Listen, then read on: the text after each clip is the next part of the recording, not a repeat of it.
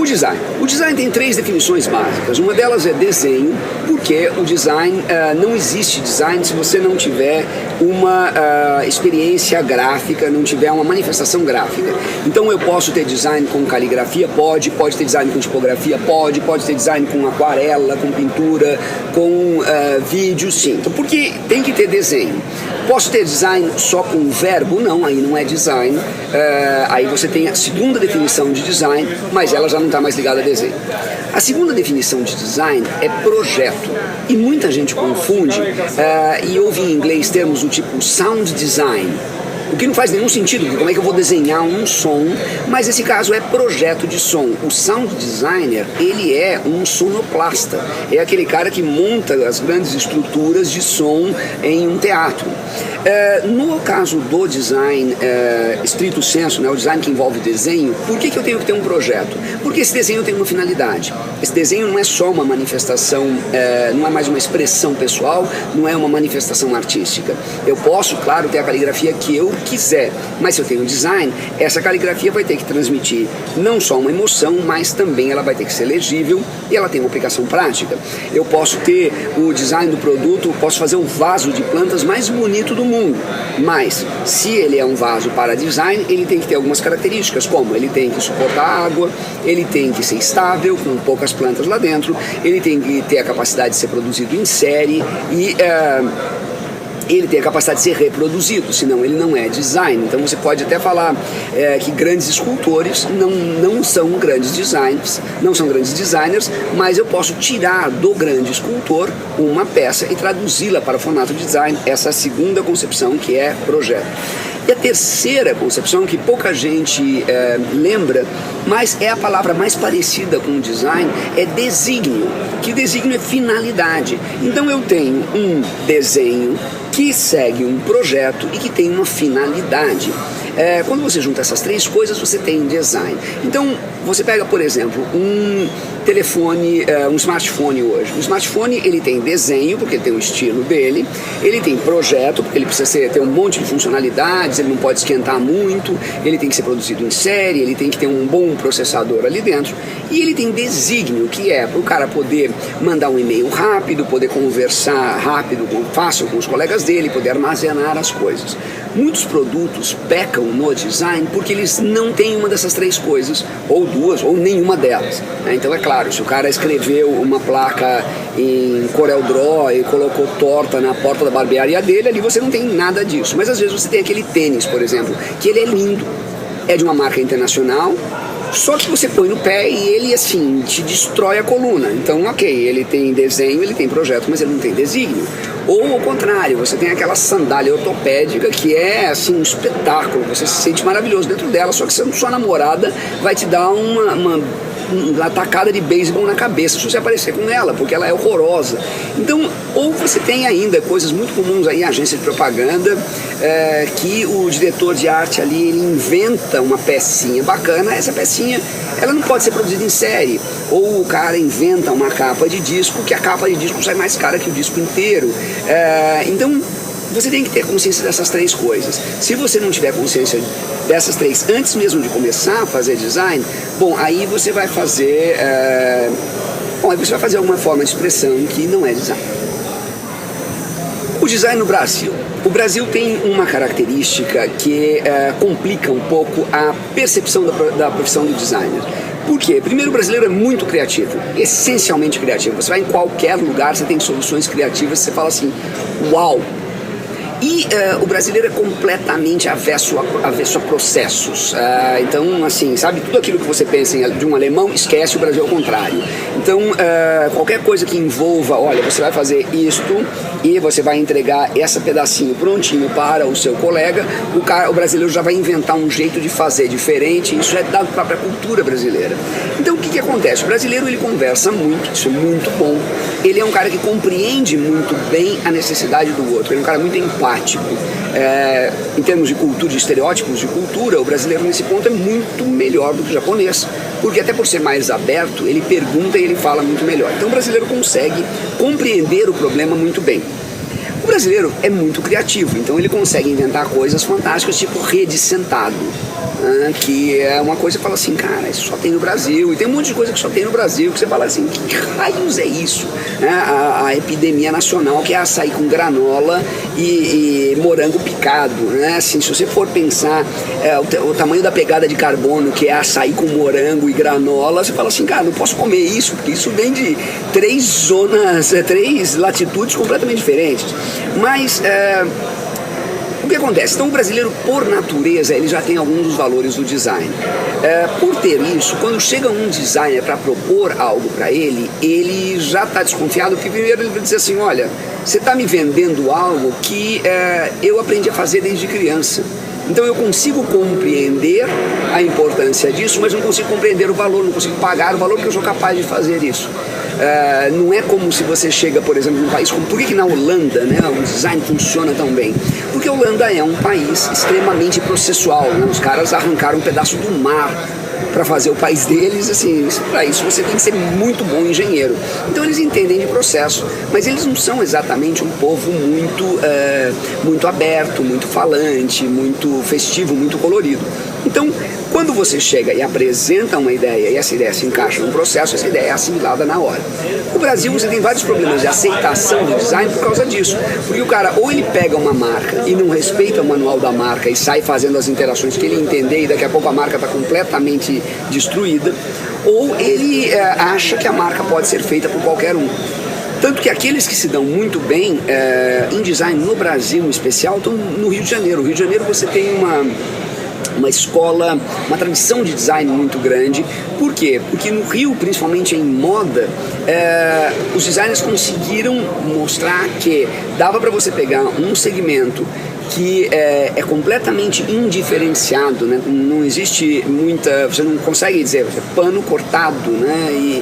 E, por exemplo, você pega uma sandália para mulher. Uma sandália para mulher, assim, você não tem um formato específico, é uma tripa de couro com outras tripas em cima. A sua coleção de 2007 para 2012 tem mais diferença do que a sua coleção de 2007 para a coleção do seu concorrente em 2007. Então, você tem tanta mudança que a única forma de você conseguir estabelecer uma diferença é com uma marca. E aí no Rio de Janeiro você começa a ter marcas mais fortes e você começa a ter todo um desenvolvimento disso. As grandes empresas ou trouxeram necessidades de design de fora do país ou perceberam essa necessidade e estão começando a se destacar. Então o Brasil agora está numa adolescência de design. Ele já sabe que design é importante, ele já está caindo vítima de produtos bonitinhos, mas ordinários, mas ele ainda não sabe direito como fazer e ele ainda acha que ele é capaz de fazer. Então, como um adolescente, ele às vezes toma umas atitudes extremamente maduras, às vezes toma umas atitudes que dá vontade de dar um tapa na orelha. Não é um país maduro como o Japão, Alemanha, Holanda, Estados Unidos, mas também não é um país infantil como... Portugal, como os latino-americanos em geral, tirando a Argentina. Então, por exemplo, quais são os países que são mais ou menos como o Brasil? Espanha está um pouco até melhor do que o Brasil, tem uma tradição boa. França, os países do leste europeu estão mais ou menos no mesmo estado do Brasil, né? Meio adolescência. Por quê? Porque não tem uma tradição, ou porque são muito novos, né? Ou porque essa tradição foi esmagada por um comunismo, como aconteceu no leste europeu. Então você não tem essa base. Na Itália, a Itália, por um lado, ela tem um design muito melhor do que o do Brasil, por outro lado, ela tem um problema muito maior do que o do Brasil. Porque se a gente fala que a gente entende a coisa colorida e bem desenhada, porque tem toda essa natureza em volta, porra, os caras têm Michelangelo. Então eles crescem vendo coisa bonita, eles sabem o que é uma coisa bonita e por isso a relação que você tem, por mais que o design italiano seja ótimo, o designer italiano que está começando a profissão sofre furiosamente porque é muito difícil para ele arranjar um emprego. Então um bom país de referência para a gente é os Estados Unidos, que é um país mais ou menos parecido com o nosso, é um país razoavelmente novo e é um país que mostra como soluções de design aplicadas criam verdadeiros segmentos de mercado. E a gente vê isso em especial em duas áreas, que é o design de interfaces, que os Estados Unidos, assim, reinventou o design de interface e não existe tanto interface de aplicativo para smartphone como interface para serviço web como os americanos, e o design de produtos mesmo. E em sites como Kickstarter, por exemplo, né, que no Brasil você tem o Catarse, você percebe que o cara tem muita preocupação com o design do produtinho dele, mais até do que com a funcionalidade. Então eu acho que assim, a perspectiva é boa para o Brasil, é boa para o brasileiro, ela só não é tão rápida. Então as coisas vão melhorar, mas não vai ser rápido. Como que o brasileiro pode entender melhor essa questão toda de design e usar? A gente faz isso o tempo todo, todos os dias. Eu dou um exemplo muito simples. Quando você está fazendo um arranjo de flores num vaso, você pegou umas flores, foi colocar num vaso, e você está lá, pegou, cortou a base das flores, colocou água no vaso, pôs as flores no vaso. É uma coisa super simples. Super simples. Só que alguma coisa mágica acontece na sua cabeça. Você vai pegar aquele monte de coisa, coloca no vaso e de repente você fica ajeitando. Você ajeita aqui, ajeita um pouco ali, ajeita um pouco lá e de repente você para e não mexe mais. E você não mexe mais porque tá bom. Mais do que isso vai estragar. Ou quando você poda uma planta, você está lá, começa a podar uma planta, a não sei que você faça aquela bizarrice que é planta muro, né, que é planta quadrada, mas se não é uma planta que você não quer podar, uma árvore bacana, sei lá, uma laranjeira que você quer podar, você corta um galho aqui, corta um outro galho ali, acerta e de repente você parou. Quando você mexe, sei lá, está decorando um doce, uma espuma de um café, e você começa a mexer e você vai puxar ali e chega um ponto que você para. Ou um exemplo até mais comum do dia a dia, rapazes e moças de cabelo curto que passam gel no cabelo e querem dar aquela espetada, então você penteia o cabelo com gel e daí você vai dar aquela espetada para não ficar com cara de bancário e você começa a espetar um pouquinho e para você não ficar com cara de quem tomou um choque elétrico. Isso é design. Então, primeiro assim, as pessoas já têm essa consciência. Pô, um penteado é design? Claro que é design, porque ele envolve um desenho, é uma percepção estética, ele tem um projeto que você fez aquilo de um jeito que vai ser a sua assinatura visual, então você vai repetir ele algumas vezes, e ele tem um desígnio, que no caso mais típico, principalmente se você pensa faixa etária, é conquistar, é atrair o sexo oposto. Então é bem claro, né, que a pessoa assim, não, eu saí da cama desse mentiroso, passou 8 horas na frente do espelho e não dormiu, por isso que ele saiu da cama daquele jeito. Então, primeiro, entender design é fácil. E o Brasil agora tem uma enorme vantagem, quer dizer, o Brasil, o mundo inteiro tem uma enorme vantagem, e considerando que o Brasil está nesse estágio, é muito bacana pra gente, que você tem 2 tipos de produtos. Um tipo de produto, eu vou chamar as categorias pelos produtos que são os mais emblemáticos nela. Um tipo de produto é o tipo de produto como o Instagram. E o que é o Instagram? O Instagram, ele pega uma coisa extremamente simplória, que é a câmera fotográfica do iPhone, agora já tem para Android também, mas uma câmera fotográfica de smartphone, e ele coloca alguns defeitos especiais. São defeitos especiais mesmo, você vai detonar a sua foto como se ela fosse câmeras antigas. E só o fato de... Aí você pega o Instagram, o que tem no Instagram? Qualquer fotógrafo vai reclamar que só tem comida e pé e gato de óculos. Sim, ok, tem comida, pé, gato de óculos, joelho de óculos, tem, mas o que quer dizer isso? Quer dizer que gente comum que não tinha nenhuma noção de design de fotografia está fotografando coisas comuns, como um pé, um joelho, um óculos, um gato, um prato de comida, e está colocando efeitos nele. O que está acontecendo com essas pessoas? Elas estão desenvolvendo uma alfabetização visual e uma aptidão visual. Esse cara pode hoje ter 14 e mais tarde se transformar num designer, ou mais tarde se transformar no cliente de um designer. E é muito mais fácil você vender um produto de design para alguém que passou 10 anos brincando com o Instagram do que você vender o mesmo produto para alguém que passou 10 anos brincando com Excel. Quer dizer, o cara entende a diferença de verde para azul porque ele já brincou ali. Então isso é uma das características. E no meio deles tem um monte, quer dizer, tipo aquele outro aplicativo Draw Something, e um monte de coisa que envolva desenho e fotografia que as pessoas metem a mão, elas fazem. É diferente de uma interface de um videogame. Uma interface de um videogame, ela tá pronta, ela é como um programa de TV. Então o cara vai lá, ele vê aquilo tudo e ele não tem nenhuma interferência, não tem nenhuma jurisdição, não tem nenhuma escolha. A segunda categoria, que é uma categoria muito bacana também, é a categoria que o principal produto é o Pinterest, mas que pode estar refletida também em blogs, em agrupadores de links, em galerias do Flickr, etc. O que o Pinterest faz? O Pinterest me permite fazer coleções, e uma coleção diz muito a meu respeito. Antigamente se falava, na virada do século, se falava em conteúdo gerado pelo usuário. Mas gerar conteúdo é um processo delicado. Primeiro porque ele dá muito trabalho e segundo porque ele expõe o cara à crítica. Então, no começo, muita gente gerou conteúdo, os tais conteúdos virais, e depois o nego parou de fazer, porque ele falou assim, cara, eu vou ser feito de palhaço se eu fazer isso aqui, eu vou parar de fazer. Então, é difícil produzir conteúdo, mas colecionar conteúdo é muito fácil. E à medida que você coleciona conteúdo, de novo, você está selecionando, você separa o que é bom do que é ruim e você, aos poucos, vai educando a sua visão. Então, para o público geral, aí não pensando no profissional da área, não pensando em fotógrafo, em designer, em cineasta, porque esses são os que mais reclamam e eu não vejo razão nessa reclamação. Pensando em todo o resto, aquele cara que é matemático, aquele cara que é biólogo, aquele cara que é dentista, aquele cara que é professor de educação física, fisioterapeuta, esse cara começa a brincar com uma câmera fotográfica, ele não brincaria.